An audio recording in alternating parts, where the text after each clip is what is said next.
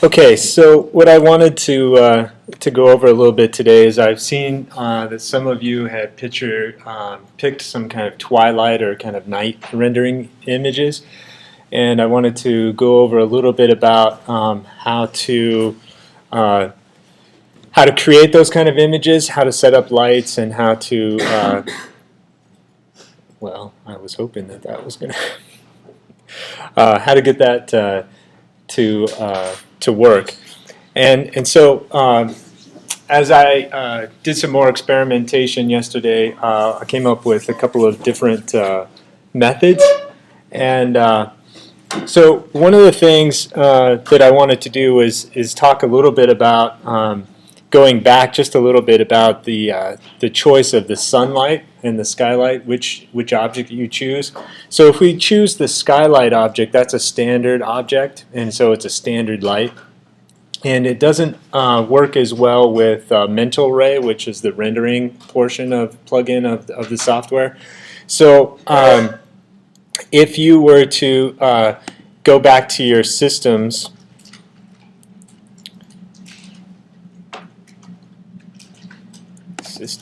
there we go, and choose daylight rather than sunlight. Oh, you can't see that. Okay, let's do this. Give me just a second here.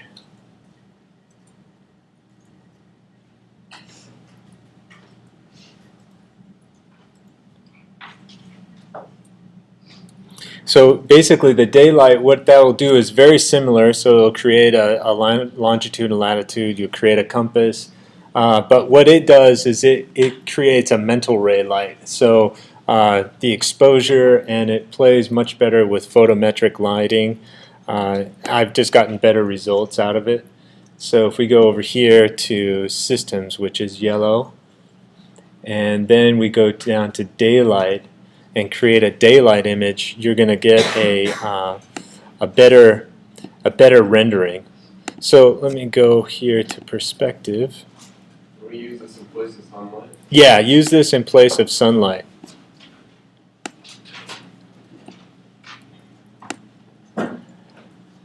As I was working on this, I just found that I tried a couple of different methods, and the sunlight or the daylight works better in terms of getting a good exposure and being able to control it better.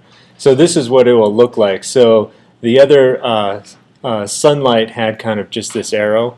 This one has a much different kind of look to it. And so there's a couple of different ways that you can control that light. So once you have it selected, if you go to motion, you can come down here. You have basically all the days, times, all of those things.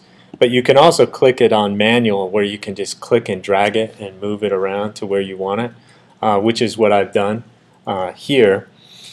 But you can also set it up in terms of being more specific. So if you're really doing some studies in terms of daylighting or shadow studies and things of that nature, you can be much more specific with it. But I just wanted to grab it and do it manually. So one of the important things that you want to pay attention to when you're doing a rendering, especially a night rendering, is that you never want to do it totally black, totally dark. So you never want to turn off that light. You always want to have a little bit of sunlight around to set that up. So the best way that I've found is to bring in the daylight system, bring it down, and you can see that it's actually pretty low in terms of where it's sitting. But it's not completely down and turned off. The other piece of this is that if you go to rendering and we go to environment, we can go here to the background and we can ask it to use the physical sky. So if you click on this map and we go down, MR physical sky, so mental ray physical sky. And so what it will do is, based on where that daylight system is, it will start to adjust the background and create a sky and a horizon and a set of colors for that make a pretty decent sky. So you want to put that in here in this map here. And then down here we have some photographic exposure control. So you want to make sure when you create that daylight system, it will pop up and it will say, do you want to set up the exposure control? Say yes. It'll bring up that dialog, just agree with that. And then it will set this up, and what it does is it sets up this exposure value, this EV. So this is like your camera. So if you have a digital camera where you can do some manual controls, you have that capability here to adjust and match those type of things. But if you just set it to a default of 15, which is what it automatically does, that'll get you in a good place to start from. So you notice that I haven't changed that at all.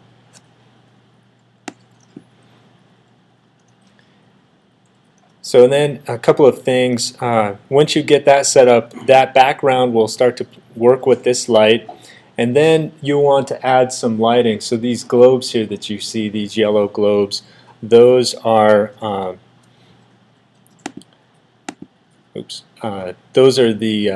the other lights that I've added to the scene to start to illuminate the inside.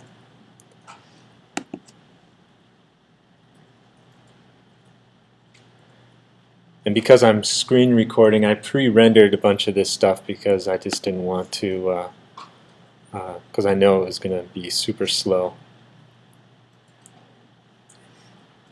So you can see these lights that I set up. And what I did is I went to the Create tab and went to Lights. And then I chose, oh, I still can't see. Okay, so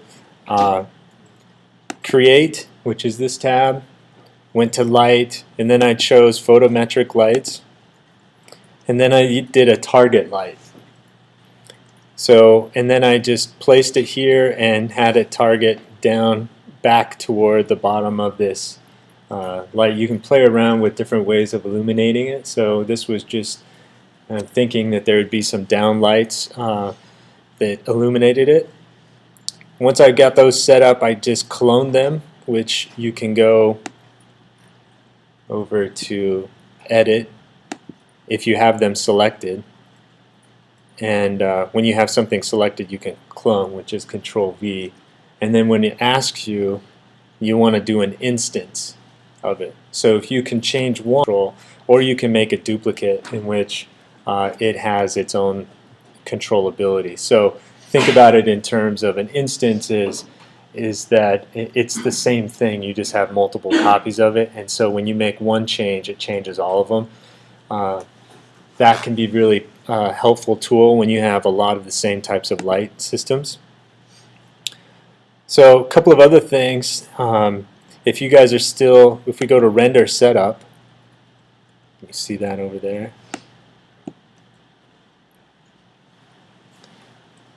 And you go to Common. One thing I found is that I knew that there was a place for it, but we were talking about some of you have holes in the geometry due to backsides being flipped. You can go to Force Two-Sided here, and then that will make sure that it's going to render as a two-sided all the objects. There's a penalty for that in terms of rendering time, but that can make up for it. Okay. So a couple of other things.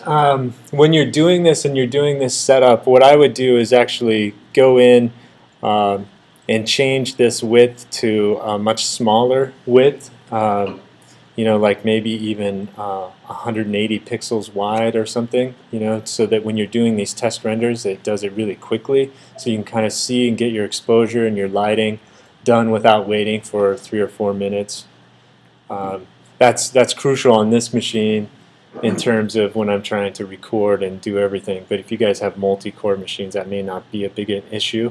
But always do it you know, really small first to get everything kind of in general. And that works good because if you can do the squint test on that, then you know that you're in a good position, you know, where you can kind of squint your eyes and it starts to make sense compositionally and kind of in terms of lighting.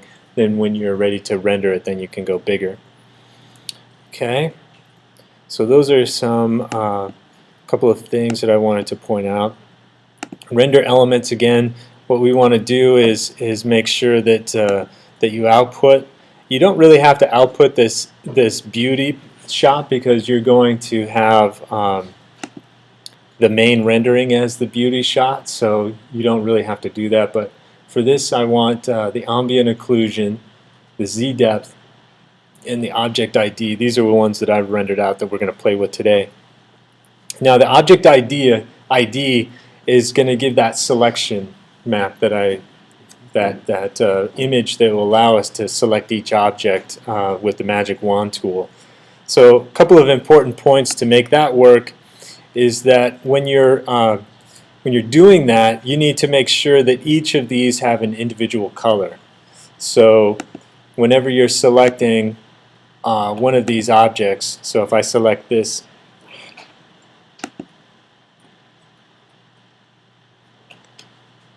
come on now.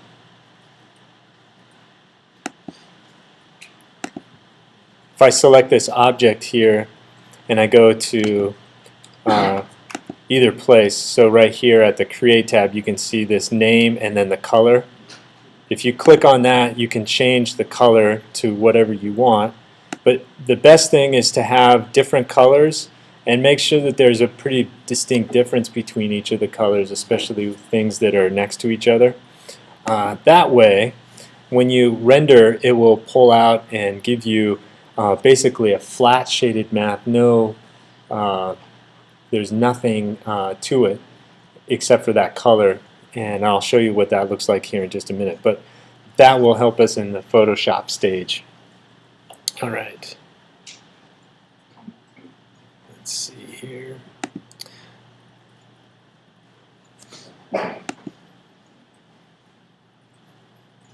Let's see what we want to start with.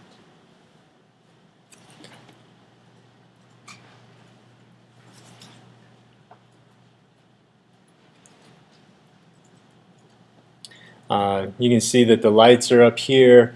You can't really see, this is really bad on the projector, is that the background is not actually dark, or it's not completely black, even though it looks that way. It's actually a kind of a dark grayish blue, and it gradually it gets lighter toward the bottom. You have a horizon line, and but you can start to see the lights. You can start to see a little bit of the horizon line here as it goes up. You know, the color rendering on this projector is not great, but you can start to see that we get the shadows here, and we've got, you know, this is a good start for where we want to go with that. Yeah. Use the spotlights inside just to light up the interior. Yes. Because the daylight doesn't get in there very well. Yeah, so this is setting up a twilight scene. So we want to do it as, you know, just that kind of starting to get dark, you know, but not, you know, just a few minutes after sunset. That's a kind of a really good time to set up a rendering or even take a photograph of a building, because the interior lights start to come on. There's some kind of life to it, and I find that they're a nice that I wanted to show. Questions about this? So once we, yeah. Oh, do we actually know where the interior lights in the pavilion?